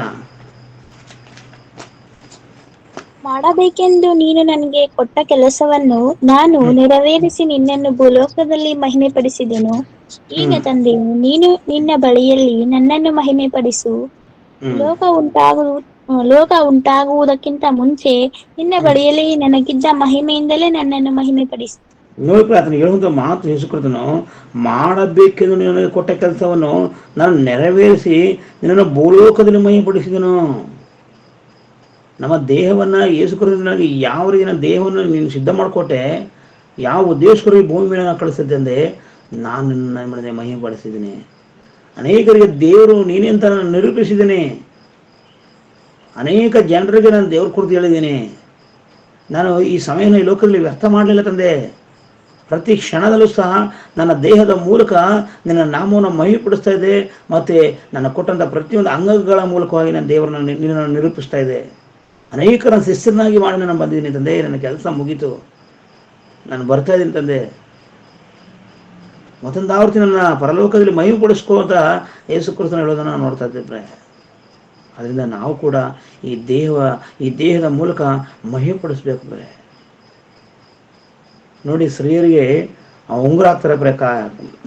ಕಾರಣ ಏನಕ್ಕೆ ಹೇಳಿ? ಮದುವೆ ಆಗಿದ್ದೀನಿ ಅಂತ ಗುರುತಿಸ್ಬೇಕು ಈ ಪ್ರಪಂಚ. ಅದಕ್ಕೆಲ್ಲ ದೇವರು ಈ ಬೆಳ್ಳಿನ ಉಂಟು ಮಾಡಿದ್ದು ಏನು ಗೊತ್ತಾ? ಅದರ ಉದ್ದೇಶ ದೇವರನ್ನು ನಿರೂಪಿಸಂತು. ಶರೀರದಲ್ಲಿ ಅನೇಕ ಕೆಟ್ಟ ಕಾರ್ಯಗಳಿಗೆ ಉಪಯುಕ್ತವಾಗುತ್ತದೆ ಈ ಒಂದು ಲೋಕದ ಶರೀರ. ಏನಕ್ಕೆ? ಈ ಬೆರಳಿನ ಮೂಲಕ, ಈ ಒಂದು ಕಾಲಿನ ಅಜ್ಜಿಯ ಮೂಲಕವಾಗಿ ನಾವು ಪ್ರತಿಯೊಬ್ಬರ ಮುದ್ರೆಗಳನ್ನು ಕಂಡುಹಿಡಿಬೋದು. ಇದು ಇವಂದೇ ಮುದ್ರೆ ಅನ್ನೋದು ಗೊತ್ತಾಗ್ತದೆ ಕಾಲು ಬೆರಳಿನ ಮೂಲಕವಾಗಿ. ಉಂಗುರವನ್ನು ಹಾಕೊಳ್ಳೋಕಲ್ಲ, ಅದೊಂದು ಸಂಪ್ರದಾಯ ಅಷ್ಟೇ. ದೇವರು ಏನಕ್ಕೆ ನಮ್ಮ ಕಾಲನ್ನು ಉಂಟು ಮಾಡಿದ್ರೆ ನಮ್ಮ ಅಚ್ಚುಗಳು ಗೊತ್ತಾಗಬೇಕು ಎಂಬುದಾಗಿ. ಆದರೆ ಇವತ್ತು ಮನುಷ್ಯನ ಪಾದಗಳು ಅನೇಕ ಪಾಪದ ಕಡೆಗೆ ಹೋಗ್ತಾ ಇದ್ದಾರೆ. ದೇವರು ಈ ದೇಹದಲ್ಲಿ ಒಂದೊಂದು ಅಂಗಗಳನ್ನು ಕೊಟ್ಟಿದ್ದಾರೆ. ಅದರ ಮೂಲಕ ದೇವರನ್ನು ನಿರೂಪಿಸುವುದಾಗಿ, ದೇವರನ್ನ ಪ್ರಚುರಪಡಿಸುವುದಾಗಿ. ಇವತ್ತು ನೋಡಿ, ಅನೇಕರು ಈ ಒಂದು ದೇಹದಲ್ಲಿ, ಶರೀರದಲ್ಲಿ ಅಚ್ಚುಗಳನ್ನು ವಹಿಸ್ಕೊಳ್ತಾರೆ. ಇದು ನಿಮ್ಮ ಸ್ವಂತ, ಈ ಶರೀರ ನಿಮ್ಮದಲ್ಲ, ನಮ್ಮದಲ್ಲ. ಇದು ದೇವರು ಕ್ರಯ ಕೊಟ್ಟು ತಗೊಂಡಿದ್ದಾನಪ್ಪ. ಈ ದೇಹದಲ್ಲಿ ಯಾವ ಒಂದು ಮಲಿನ ನಾವು ಮಾಡ್ಕೋಬಾರ್ದಪ್ಪ. ಅನೇಕ ಪ್ರಿಯತಮ ಹೆಸರುಗಳು ಹಾಕಿಸ್ಕೊಳ್ಳೋದು, ದೇಹದಲ್ಲಿ ಅಚ್ಚೆಗಳನ್ನು ವಹಿಸ್ಕೊಳ್ಳುವಂಥದ್ದು ಇವತ್ತು ಅದೊಂದು ಸ್ಟೈಲ್ ಮಾಡೋಣ ಆಗ್ಬಿಟ್ಟಿದೆ ಇವತ್ತು ಮನುಷ್ಯ. ಅನೇಕ ಕ್ರೈಸ್ತ ಮಕ್ಕಳು ಸಹ ಇವತ್ತು ನೋಡುವ ಅಚ್ಚೆಗಳನ್ನು ವಹಿಸ್ಕೊಳ್ತಾ ಇದ್ದಾರೆ. ಇದೆಲ್ಲ ತಪ್ಪು ಇದೆಲ್ಲ ತಪ್ಪು. ಕ್ರಿಸ್ತನ ಅರಿಯೋಕ್ಕಿಂತ ಮುಂಚಿತವಾಗಿ ನಾವು ಮಾಡ್ಕೊಂಡ್ರಪ್ಪ. ಆದರೆ ಕ್ರಿಸ್ತನ ನಂಬುದ ಮೇಲೆ ಈ ದೇಹದ ಮೇಲೆ ಯಾವುದೋ ಒಂದು ಮಾರ್ಕನ್ನು ನಾವು ಮಾಡ್ಕೋಬಾರ್ದಪ್ಪ. ಯಾಕಂದರೆ ಈ ದೇಹದ ಮೂಲಕ ನಾವು ದೇವರನ್ನ ಮಹಿಮೆಪಡಿಸಬೇಕು, ದೇವರನ್ನ ಪ್ರಚುರಪಡಿಸಬೇಕು ಹೊರತು ನಾವು ಯಾವುದೇ ರೀತಿ ಮಾಡಬೇಕು.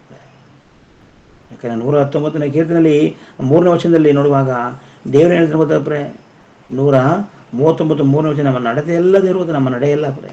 ನಮ್ಮ ಮೊದಲೇ ಓದೋ ರೀತಿಯಲ್ಲಿ ನಮ್ಮ ನಡೆ ಎಲ್ಲ ಪ್ರತಿಯೊಂದು ಸಹ ದೇವರು ಕೊಟ್ಟು. ಪ್ರಸಂಗ ಪುಸ್ತಕದಲ್ಲಿ ನೋಡುವಾಗ ದೇವರು ಹೇಳ್ತಾನೆ, ಹೌದು, ನಿನ್ನ ಯೌವನ ದಿನಗಳಲ್ಲಿ ಸೃಷ್ಟಿಕರ್ತನ ಸ್ಮರಿಸು, ಕಷ್ಟದ ದಿನಗಳು ಸಮೀಪಿಸುವುದರೊಳಗಾಗಿ. ಹೌದು ಪ್ರೇ, ಯೌವನದಲ್ಲಿ ನಮ್ಮ ಶರೀರವನ್ನು ನಾವು ಸರಿಯಾಗಿ ಇಟ್ಕೋಬೇಕು ಪ್ರೇ. ದೇವರಿಗಾಗಿ ಆ ಯೌವನ ಸ್ಥಳ ನಾವು ಬೆಳೆಸ್ಕೋಬೇಕು ಪ್ರೇ. ಯೋಸೇಫನ ಜೀವಿತ ನೋಡುವಾಗ ನೋಡಿ ಪ್ರೇ, ಆತನ ಸುಮಾರು 17 ವರ್ಷದಲ್ಲಿ ತನ್ನ ಸ್ವಂತ ಅಣ್ಣಂದಿರು ನಾವು ಮಾರೋದನ್ನು ನೋಡ್ತೀವಿ ಪ್ರೇ. ಆ ಒಂದು ಸಾಹುಕಾರನ ಮನೆಯಲ್ಲಿ ಕೆಲಸವನ್ನು ಮಾಡುವಂಥ ಸಂದರ್ಭದಲ್ಲಿ ದೇವರು ಆತನ ಮೂಲಕ ಅವನು ಅಭಿವೃದ್ಧಿಪಡಿಸ್ತಾನೆ ಆ ಕುಟುಂಬವನ್ನು. ಆದರೆ ಆತನ ಒಂದು ಹೆಂಡತಿ ಆತನ ಮೇಲೆ ಕಣ್ಣಾಗ್ತಲಪ್ಪರೆ. ಪ್ರತಿದಿನ ಆತನ ಆ ಒಂದು ಶರೀರವನ್ನು ನೋಡಿ, ಆಕೆ ಅವನ ಒಂದು ಎಲ್ಲವನ್ನು ನೋಡಿ, ಆತನ ನೋಡಿ ಪ್ರತಿದಿನ ಅವನ್ನ ಬಲವಂತ ಮಾಡ್ತಾ ಇದ್ದಪ್ಪರೆ. ತಪ್ಪು ಮಾಡಲಿಕ್ಕೆ ಅವನಿಗೆ ಅವಕಾಶ ಇದ್ರೂ ಸಹ ಆತನು, ನಾನು ದೇವರು ವಿರುದ್ಧವಾಗಿ ಹೇಗೆ ನಾನು ತಪ್ಪು ಮಾಡಲಿ ನೋಡಿ, ಅದನ್ನ ಶರೀರವನ್ನು ಯಾವ ರೀತಿ ಕಾಪಾಡ್ಕೊಳ್ತಾನೆ ದೇವ್ರ ಮಕ್ಕಳೇ. ಹೌದು, ಈ ದೇಹ ನಾನು ದೇವರಿಂದ ಆರಿಸಲ್ಪಟ್ಟವನು. ಅನೇಕ ತೊಂದರೆಗಳು, ಕಷ್ಟಗಳು, ಕಣ್ಣೀರು, ವೇದನೆಗಳನ್ನು ಬಂದರೂ ಸಹ ಅದನ್ನು ತನ್ನ ಶರೀರವನ್ನು ಪಾಪಕ್ಕೆ ಒಪ್ಪಿಸ್ನಪ್ರೆ. ಪಾಪ ಮಾಡುವಂಥ ಅವಕಾಶಗಳಿದ್ದರೂ ಸಹ ಆತನು ತನ್ನ ಶರೀರದ ಮೂಲಕ ಅವನ ದೇವರನ್ನು ಮಹಿಮೆಪಡಿಸ್ಬೇಕಂತ ಆತನ ಅಲ್ಲಿಂದ ಓಡಿ ಹೋಗೋದನ್ನು ನೋಡ್ತಿರ್ತಾರೆ. ದೇವ ಮಗುವೆ, ನಗದು ಕಷ್ಟದ ದಿನಗಳು, ನಾವು ಮಾಡಿದ ತಪ್ಪಿಗೆ ಒಂದಲ್ಲ ಒಂದು ದಿನ ನಮ್ಮ ವೃದ್ಧನಾದ ಮೇಲೆ ನಾವು ಕಷ್ಟಗಳನ್ನು ಅನುಭವಿಸ್ಬೇಕಾಗ್ತದೆ ಬರೇ. ಅದರಿಂದ ಯೌವನ ದಿನಗಳಲ್ಲಿ ನಮ್ಮ ಶರೀರವನ್ನು ನಾವು ಅದರ ಮೂಲಕ ನಾವು ದೇವರನ್ನ ಮಹಿಮೆಪಡಿಸ್ಬೇಕು ಬರೇ. ಯೌವನಸ್ಥನಾಗಿದ್ದಾಗ ಹೋಗಿ ಸುವಾರ್ತೆ ಸಾಳಿದ್ರೆ ಖಂಡಿತ ಜನರು ಕೇಳ್ತಾರೆ ಬರೇ. ಮತ್ತೆ ಆಗ ಬಲ ಇದೆ ನಿನಗೆ, ಆಗ ಮಾತನಾಡಲಿಕ್ಕೆ ಸಾಮರ್ಥ್ಯ ಇದೆ. ಹಳ್ಳಿಗೆ ಹೋಗಿ ಸುವಾರ್ತೆ ಸಾರುವಂಥ ಒಂದು ಬಲ ನಿನಗಿರ್ತದೆ ಬರೇ. ಅದರ ವೃದ್ಧನಾದ ಮೇಲೆ ನಿನಗೆ ಬರೀ ಕಷ್ಟಗಳೇ. ಉಣ್ಣಕ್ಕಾಗೋದಿಲ್ಲ, ತಿನ್ನಕ್ಕಾಗೋದಿಲ್ಲ, ನಡಿಲಿಕ್ಕಾಗೋದಿಲ್ಲ, ಮಲ್ಲಿಕೊಳ್ಳೋಕ್ಕಾಗೋದಿಲ್ಲ. ಮತ್ತು ಯಾವುದೇ ರೀತಿ ನೀವು ಬೈಬಲ್ನ ಓದೋಕ್ಕಾಗಲ್ಲ. ಯಾಕಂದ್ರೆ ನನಗೆ 50 ವರ್ಷ ಆಯ್ತಿದಂಗೆ ಕಣ್ಣುಗಳು ಮಂಕಾಗ್ತಾ ಇರ್ತದೆ ಬರೇ. ನಿನ್ನ ಎಲ್ಲ ಒಂದು ಶರೀರ ಸ್ಕಿಣೀಕವಾಗ್ತಾ ಇರ್ತದೆ. ಯಾವುದೇ ರೀತಿ ನಿನ್ನ ಶರೀರದಂಥ ಅವಯವಗಳು ಆ ಒಂದು ಶಕ್ತಿ ಕೊಂದೋದಿಲ್ಲ ಬರೇ. ಎಲ್ಲವೂ ಸಹ ಕೊಂದೋಗ್ತದೆ, ಚಲನೆ ಇರೋದಿಲ್ಲ. ಅದಕ್ಕೆ ನಾವೇನು ಯಾವ ಮಕ್ಕಳು ಸಹ ನೋಡಿ ಇವತ್ತು ಯಾವ ಮಕ್ಕಳು ಸಹ ಈ ಭೂಮಿ ಮೇಲೆ ತಂದೆ ತಾಯಿಗಳು ಮದುವೆಗಿರೋ ನೋಡಿ ಅವ್ರವ್ರ ಮಕ್ಕಳು ಅವರ ತಂದೆ ತಾಯಿ ಮದುವೆಗಿರೋ ನೋಡಿದಾರ? ಮತ್ತೆ ಹೇಗೆ ನಂಬ್ತಾರೆ ಇವರೇ ನಮ್ಮ ಅಪ್ಪ ಅಂತ ಹೆಂಗ್ ನಂಬ್ತಾರೆ? ಯಾರು ಸಹ ನಮ್ಮ ತಂದೆ ತಾಯಿಗಳು ಮದುವೆ ಆಗಿರೋದ ನಾವು ಯಾರು ಸಹ ನಾವು ನೋಡಿಲ್ಲ ಪ್ರೆ. ಮತ್ತೆ ಹೇಗೆ ನಂಬ್ತಿದ್ರಿ? ಮಾತಿನ ಆಧಾರದ ಮೇಲೆ ಪ್ರೆ. ತಾಯಿ ಇವರೇ ನಿಮ್ಮ ಅಪ್ಪ ಅಂತ ಹೇಳಿದಾಗ ಆಕೆ ನಂಬ್ತಾಳೆ, ಮಾತಿನಿಂದ ಮಕ್ಕಳು ನಂಬ್ತಾರೆ ಪ್ರೆ. ಅದೇ ರೀತಿ ಯಾವ ಪಾಪ ಮಾಡದ ಯೇಸು ಸೃಷ್ಟಿಕರ್ತನ ತಂದೆ ಎಂದು ಹೇಳಿದರೆ ನಾವು ನಂಬಬಾರದು. ಯೇಸು ಕ್ರಿಸ್ತನು ಹೇಳ್ತಾರೆ, ಪರಲೋಕದಲ್ಲಿ ನನ್ನ ತಂದೆ ಇದ್ದಾರೆ, ಅವರೇ ಸೃಷ್ಟಿಕರ್ತರು, ನಮ್ಮೆಲ್ಲರೂ ಉಂಟು ಮಾಡಿದ್ರು ಅವರೇ ಅಂತ ಹೇಳಿದ್ರು ಸಹ ನಾವು ನಂಬಬಾರ್ದು. ಯಾವ ಪಾಪವನ್ನು ಮಾಡಿದ ಕೇವಲ ಅಮ್ಮ ಇವರು ನಿಮ್ಮ ತಂದೆ ಅಂತ ಹೇಳಿದಂಥ ಮಾತನ್ನು ನಂಬುವಂಥ ಮಕ್ಕಳು ಇವತ್ತು ಯೇಸು ಕ್ರಿಸ್ತನು ಈ ಜಗತ್ತಿಗೆ ಬಂದು ನನ್ನ ತಂದೆ ಸೃಷ್ಟಿಕರ್ತನ ಪರಲೋಕದಲ್ಲಿದ್ದಾನೆ, ಸರ್ವವನ್ನು ಉಂಟು ಮಾಡಿದ್ದಾನೆ, ನನ್ನನ್ನು ಉಂಟು ಮಾಡಿದ್ದಾನೆ, ಆದರೆ ನಮ್ಮಲ್ಲಿ ಸಾರಿ ಅಂತ ಹೇಳಿದ್ರೆ ಇವತ್ತು ಮನುಷ್ಯನು ನಂಬ್ತಾಲಪ್ರೆ. ದೇವ್ರ ಮಕ್ಕಳು, ಅದರಿಂದ ನಾನು ನೀನು ದೇವ್ರನ್ನ ಪ್ರಚುರಪಡಿಸ್ಬೇಕ್ರೆ, ದೇವ್ರನ್ನ ಮಹಿಮೆಪಡಿಸ್ಬೇಕ್ರೆ. ನಮ್ಮ ಶರೀರವನ್ನು ಎಂದಿಗೂ ಸಹ ಸೈತಾನನಿಗೆ ಅವಕಾಶ ಮಾಡಿಬಿಟ್ಟು ಕೊಡಬಾರ್ದು ಕಡೆ. ದೇವರನ್ನ ದೇವರ ಗುಣಗಳನ್ನು ಧರಿಸಿಕೊಂಡು ನಾವು ದೇವರ ಒಂದು ಕಾರ್ಯಗಳನ್ನ ಇತರ ಜನರಿಗೆ ಆದಷ್ಟು ನಾವು ಪ್ರಯತ್ನ ಪಡಬೇಕು ಕಡೆ, ಆದಷ್ಟು ಪ್ರಯತ್ನ ಪಡಬೇಕು. ನೋಡಿ, ದೇವರ ಆಕಾಶವನ್ನು ಯಾವ ರೀತಿ ಉಂಟು ಮಾಡಿದ್ದಾನೆ, ಇದು ಮನುಷ್ಯರಿಂದ ಸಾಧ್ಯನಾ? ಯಾವ ರೀತಿ ದೇವರು ನಮ್ಮ ತಲೆ ಕೂದಲನ್ನ ಎಣಿಸಿದಂತ ಇದ್ದಾನೆ, ಇದು ಮನುಷ್ಯರಿಂದ ಸಾಧ್ಯನಾ? ಬೆರಳು ಹಚ್ಚೆಗಳನ್ನ ಯಾವ್ದು ರೇಷನ್ ತಗೊಳಕ್ಕೆ ದೇವರು ಅದನ್ನ ಮಾಡಿಲ್ಲ ಪ್ರೆ. ದೇವರು ಆತನ ಕಾರಣ ಕಾರ್ಯವನ್ನು ಜನರು ತಿಳ್ಕೊಳ್ಳಿ ಅಂತ ದೇವರು ಅದನ್ನ ಬರೆಸಿದನ, ಬಯತನ ಸತ್ಯವೇದದಲ್ಲಿ ದೇವರು ಬರೆಸಿದ್ದಾನೆ. ದೇವ್ರ ಮಕ್ಕಳೇ, ಕಾರಣ ಹೌದು, ಮನುಷ್ಯರಾದ ನರನು ದೇವ್ರನ್ನ ನಿರೂಪಿಸಬೇಕು. ನೋಡಿ ಪ್ರೆ, ನಾವು ಗಾಳಿಯನ್ನು ನೋಡ್ಲಿಕ್ಕೆ ಸಾಧ್ಯವಿಲ್ಲ ಪ್ರೆ, ನಾವೆಂದಿಗೂ ಗಾಳಿನ ನೋಡ್ಲಿಕ್ಕೆ ಸಾಧ್ಯವಿಲ್ಲ ಪ್ರೆ. ಗಾಳಿ ಇದೆ ಅಂತ ನಂಬ್ತೀವಲ್ವ? ಹೌದು ಪ್ರೆ, ಆ ಗಾಳಿನ ಇದೆ ಅಂತ ನಂಬ್ತೀವಿ, ಆದರೆ ಗಾಳಿನ ಯಾರು ಸಹ ಅದನ್ನು ನೋಡೋಕ್ಕಾಗಲ್ಲ ಪ್ರೆ. ಅದೇ ರೀತಿ ನಾವು ಸಹ ಕೆಲವು ಸೃಷ್ಟಿಗಳಲ್ಲಿರುವಂಥ ಕಾರ್ಯಗಳನ್ನು ತೋರಿಸಿ ದೇವರನ್ನ ಈಜಿಯಾಗಿ ನಾವು ಜನರಿಗೆ ನಾವು ಸೃಷ್ಟಿಕರ್ತನ ತಂದೆ ಎಂಬುದನ್ನು ನಾವು ನಿರೂಪಿಸಲು ಭಾಳ ಸುಲಭ ಪ್ರೆ. ಆದರೆ ನಾನು ಇನ್ನು ಪ್ರಯತ್ನ ಪಡಬೇಕು. ನಾನು ಈ ದೇಹದ ಮೂಲಕ ದೇವರ ಗುಣಗಳನ್ನು ಧರಿಸಿಕೊಂಡು ದೇವರನ್ನ ನಾವು ಮಹಿಮೆಪಡಿಸುವಾಗ ದೇವರ ಸಂತೋಷ ಪಡಿಸುವಂತ. ಯಾಕಂದರೆ ಈ ದೇಹದಲ್ಲಿರುವ ಪ್ರತಿಯೊಂದನ್ನು ದೇವರು ಉಂಟು ಮಾಡಿದ ಕಾರಣ ನಾವು ದೇವರನ್ನ ಮಹಿಮೆಪಡಿಸಬೇಕು, ದೇವರನ್ನ ನಿರೂಪಿಸಬೇಕು ಎಂಬುದಾಗಿ. ಅದಕ್ಕಾಗಿ ದೇವರು ಈ ಲೋಕದಲ್ಲಿ ತನ್ನ ಹೋಲಿಕೆಯಾದ ನಮ್ಮನ್ನು ಈ ಭೂಮಿ ಮೇಲೆ ಕಳಿಸಿದನ್ನು ಪ್ರೆ. ಯೇಸು ಕ್ರಿಸ್ತರು ಬಂದರು, ತಂದೆಯಾದ ದೇವರನ್ನ ಅವರು ಪ್ರಚುರಪಡಿಸಿರು ಪ್ರೆ. ನಂತರ ಶಿಷ್ಯರಿಗೆ ಹೇಳಿದರು, ಶಿಷ್ಯರು ಸಹ ದೇವರನ್ನ ಪ್ರಚುರಪಡಿಸಿರು ಪ್ರೆ.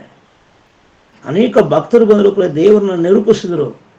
ಇವತ್ತು ದೇವರು ನನ್ನನ್ನು ಸರದಿ ಕೊಟ್ಟಿದ್ದಾನೆ ಪ್ರೆ. ನಾವು ಯಾವತ್ತೂ ಈ ಲೋಕ ಬಿಟ್ಟು ಹೋಗ್ತೀವಿ ಗೊತ್ತಿಲ್ಲ ಪ್ರೆ. ಅಷ್ಟರೊಳಗೆ ನಾವು ದೇವರನ್ನ ಅನೇಕ ಸಾಕ್ಷಿಗಳ ಮೂಲಕ ನಾವು ದೇವರನ್ನ ನಾವು ನಿರೂಪಿಸಬೇಕು ಅನ್ನೋದನ್ನ ಈ ಒಂದು ಮುಂಜಾನೆ ಸಮಯದಲ್ಲಿ ದೇವರು ನಮ್ಮ ಒಟ್ಟಿಗೆ ಮಾತನಾಡ್ತಿದ್ದಾನೆ ಪ್ರೆ. ಅದರಿಂದ ದೇವರ ಮಕ್ಕಳೇ, ನಾವೆಲ್ಲರೂ ಸಹ ಆದಷ್ಟು ನಾವು ಪ್ರಯತ್ನ ಪಡೋಣ ಪ್ರೆ. ದೇವರಿಗಾಗಿ ದುಡಿಯೋಣ, ದೇವರ ಕಾರ್ಯಗಳನ್ನು ಆದಷ್ಟು ನಾವು ಮಾಡಿ ಅನೇಕರನ್ನ ಬೆಂಕಿಯ ಬಾಯಿಗಳನ್ನು ತಪ್ಪಿಸಿ ನಿಮ್ಮನ್ನು ಸ್ವರ್ಗ ರಾಜ್ಯದಲ್ಲಿ ಸೇರಿಸಲಿಕ್ಕೆ ನಾವು ಪ್ರಯತ್ನ ಪಡೋಣ ಪ್ರೆ.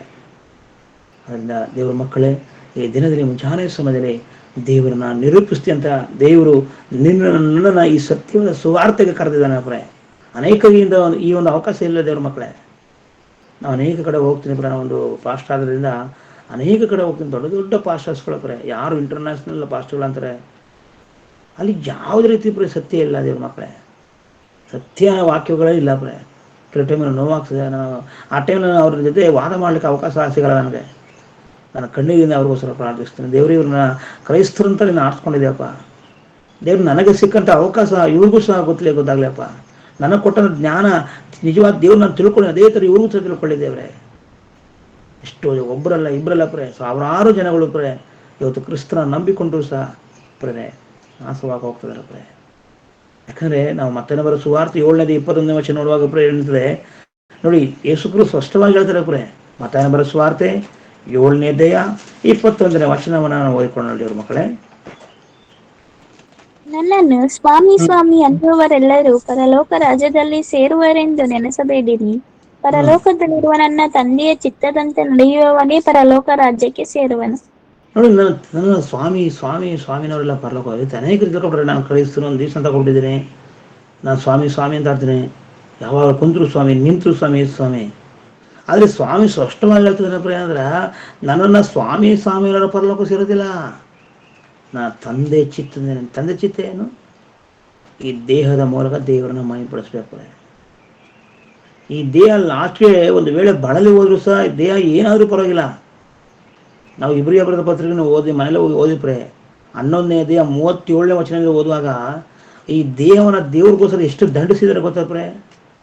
ಹುಲಿ ಬಾಯಿಗಳಿಗೆ ಹಾಕಿದ್ದಾರೆ ಪ್ರೆ, ಕತ್ತಿಗಳಿಂದ ಚಿರಛೇದನ ಮಾಡಿದ್ದಾರೆ, ಗರಗಸದಿಂದ ಕುಯ್ದಿದ್ದಾರೆ ಪ್ರೆ, ಅನೇಕರನ್ನ ಬೆಟ್ಟ ಕಾಡುಗಳಿಗೆ ಅಲ್ದಿದ್ದಾರೆ ಪ್ರೆ ದೇವ್ರಿಗೋಸ್ಕರ. ಎಷ್ಟೆಷ್ಟೆಲ್ಲ ಕಷ್ಟಪಟ್ಟಿದ್ದೀವಿ ದೇಹದ ಮೂಲಕ ಪ್ರೆ. ಅದಕ್ಕೆ ನನ್ನನ್ನು ಸ್ವಾಮಿ ಸ್ವಾಮಿಯವರೆಲ್ಲ ಪರಲೋಕ ರಾಜ್ಯ ಸೇರೋದಿಲ್ಲ, ತಂದೆ ಚಿತ್ತವನ್ನು ನೆರವೇರಿಸಬೇಕು. ಅದಕ್ಕೆ ಸ್ವಾಮಿ ನನ್ನ ಬೋಧನೆಗಳಿವೆ, ಸ್ವಾಮಿ ನನ್ನ ಮಹತ್ ಕಾರ್ಯಗಳನ್ನು ಮಾಡಲಿವೆ, ನಾನು ದೆವ್ವ ಬಿಡಿಸ್ತೀನಿ ಅಂತ ಎಷ್ಟೋ ಜನರು ಹೇಳ್ತಾರೆ ಅಂತ ಇವತ್ತು ಪ್ರಾಯ. ಆದರೆ ಯೇಸು ಕ್ರಿಸ್ತನ ಎಣ್ಣೆ ಬರಣದಲ್ಲಿ ಯಾರು ಪ್ರ ದೆವ್ವಗಳನ್ನ ಇವತ್ತು ಬಿಡಿಸ್ತೀನಿ ಅಂತ ಹೇಳ್ತಾರೆ ಪ್ರ. ಇವತ್ತು ಮನುಷ್ಯನ ಏನು ಮಾಡಿದ್ರೆ ಬೋಧನೆಗಳನ್ನ ಸರಿಯಾಗಿ ಮಾಡದೆ ದೆವ್ವಗಳನ್ನ ಬಿಡಿಸ್ತೀನಿ ಅಂತ ಇದರಲ್ಲೇ ಜಾರು ಹೋಗಿದ್ದಾನೆ. ಬೋಧನೆಯನ್ನು ಬರೀ ಸುಳ್ಳಾದ ಬೋಧನೆಗಳು, ಮನುಷ್ಯನ ಬದಲಾಯಿಸುವಂಥ ಬೋಧನೆಗಳಿಲ್ಲ ಪ್ರೆ. ನಿಮ್ಗೆ ದೇವರು ಅದು ಕೊಡ್ತಾನೆ, ಕಾರ್ ಕೊಡ್ತಾನೆ, ಬೈಕ್ ಕೊಡ್ತಾನೆ, ದೇವರು ಅದು ಕೊಡ್ತಾನೆ, ಇದು ಕೊಡ್ತಾನೆ, ನೀವು ಶ್ರೀಮಂತರ ಆಯ್ತೀರಿ, ನೀವು ಹಂಗೆ ಮಾಡಿದರೆ ಹಿಂಗೆ ಮಾಡಿದರೆ, ಈ ಬೋಧನೆ ಹೊರತು ಮನುಷ್ಯನ ಶರೀರಕ್ಕೆ ಬೇಕಾದಂಥ ಆತ್ಮೀಯ ಆಹಾರಗಳನ್ನು ಕೊಡ್ತಾರೆ ಪ್ರೆ. ನೋಡೋದಕ್ಕೆ ಇಂಟರ್ನ್ಯಾಷನಲ್ ಬೋಧಕರು, ನೋಡೋದಕ್ಕೆ ದೊಡ್ಡ ದೊಡ್ಡ ಬೋಧಕರು ಈ ಭೂಮಿ ಮೇಲೆ ತಪ್ಪಾದಂಥ ವಾಕ್ಯನ ಕೊಟ್ಟು ಚೆನ್ನಾಗಿರ್ಬೋದು, ಎಲ್ಲನ ಈ ಲೋಕದಲ್ಲಿ ಅನುಭವಿಸ್ತಾ ಇರ್ಬೋದು. ಆದರೆ ಒಂದು ದಿನ ಬರ್ತದೆ, ನೀನು ಯಾರು ನನಗೆ ಗೊತ್ತಿಲ್ಲ ಅಂತ ದೇವರು ಹೇಳುವಂಥ ದಿನ ಬರ್ತದೆ ಪ್ರೆ. ಸ್ವಾಮಿ ಬೋಧನೆ ಮಾಡಲಿಲ್ವಾ, ಮಾತು ಕಾರ್ಯಗಳು ಮಾಡಲಿಲ್ವಾ, ಸ್ವಾಮಿ ದೆವ್ವ ಬಿಡಿಸಲಿಲ್ವಂತ ಆ ದಿನ ಎಷ್ಟೋ ಜನ ಹೇಳುವರು. ಧರ್ಮವನ್ನು ಮೀರಿ ನಡೆಯುವರೇ ನನ್ನಿಂದ ತೊಲಗಿ ಹೋಗಿರಿ ಅಂತ ಯೇಸು ಕ್ರಿಸ್ತರು ಹೇಳುವಂತರಾಗಿದ್ದಾರೆ ಪ್ರೆ. ಅದರಿಂದ ನೀನು ಸಹ ಈ ದಿನದಲ್ಲಿ ದೇವರು ಇಂಥ ಒಂದು ಕೃಪೆಯನ್ನು ನಮಗೆಲ್ಲ ಆರಿಸ್ಕೊಂಡಿದ್ದಾನೆ ಪ್ರೆ. ನಮಗಿಂತ ಅಮೂಲ್ಯವಾದ ಸಮಯವನ್ನು ಕೊಟ್ಟಿದ್ದಾನೆ ಪ್ರೆ. ಯಾರು ಸಿಗದಂಥ ಸೌಭಾಗ್ಯವನ್ನು ಕೊಟ್ಟಿದ್ದಾನೆ, ವಾಕ್ಯವನ್ನು ಕಳೆಯುವಂಥ ಅವಕಾಶ ನಮಗೆ ಕೊಟ್ಟಿದ್ದಾನೆ ಪ್ರೆ.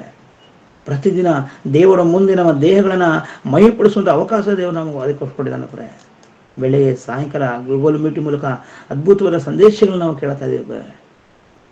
ಆದ್ದರಿಂದ ದೇವರ ಮಕ್ಕಳೇ, ನಮ್ಮನ್ನಾದರೂ ದೇವರು ಎಷ್ಟು ಪ್ರೀತಿಸ್ತಾನೆ ಪ್ರೆ. ನಾವು ಸಹ ಇದನ್ನು ಕರೆಕ್ಟಾಗಿ ತಿಳ್ಕೊಂಡು ಅನೇಕ ಜನರಿಗೆ ನಾವು ದೇವರನ್ನ, ನರನಾದ ನಾವು ಈ ದೇವರು ನಿಜವಾದ ದೇವರು ಈ ಥರದ ಎಂಬುದಾಗಿ ತಿಳಿಸೋಣ ಪ್ರೆ. ದೇವರು ಏನೆಲ್ಲ ಉಂಟು ಮಾಡಿದ್ದಾನೆ ಎಂಬುದಾಗಿ ಸತ್ಯವೇದದ ಮೂಲಕ ನಾವು ತಿಳಿಸೋದಾದರೆ ಖಂಡಿತ ನನಗೆ ನಿನಗೆ ಅರ್ಥವಾದ ದೇವರು ಈ ಮನುಷ್ಯರ ಈ ಎಷ್ಟೋ ಜನರಿಗೆ ದೇವರು ಅರ್ಥ ಆಗ್ಬೋದು ಪ್ರೆ. ನಾವು ಪ್ರಾರಂಭದಲ್ಲಿ ನೋಡುವಾಗ ಈ ಗೂಗಲ್ ಮೀಟಿಂಗ್ 1-2 ಆದರೆ ನೋಡಿ, ಇವತ್ತು ದಿನಗಳಲ್ಲಿ ಕಳೆದಾಗ ದೇವರು ಅನೇಕ ಜನರನ್ನ ಈ ಗ್ರೂಪಲ್ಲಿ ಸೇರಿಸ್ತದನ್ನ ಪ್ರೆ. ನಮ್ಮ ಪ್ರಾರ್ಥನೆ, ನಮ್ಮ ಹಾಡುಗಳು ಪ್ರತಿಯೊಂದು ಅರ್ಥಗರ್ಭಿತವಾಗಿದೆ ಪ್ರೆ. ಅದರಿಂದ ದೇವ್ರ ಮಕ್ಕಳೇ, ನಾವು ಈ ಒಂದು ದೇಹವನ್ನು ಧರಿಸ್ಕೊಂಡಿದ್ದೀವಿ, ದೇವರು ನಮಗೆ ಕೊಟ್ಟಿದ್ದಾನೆ.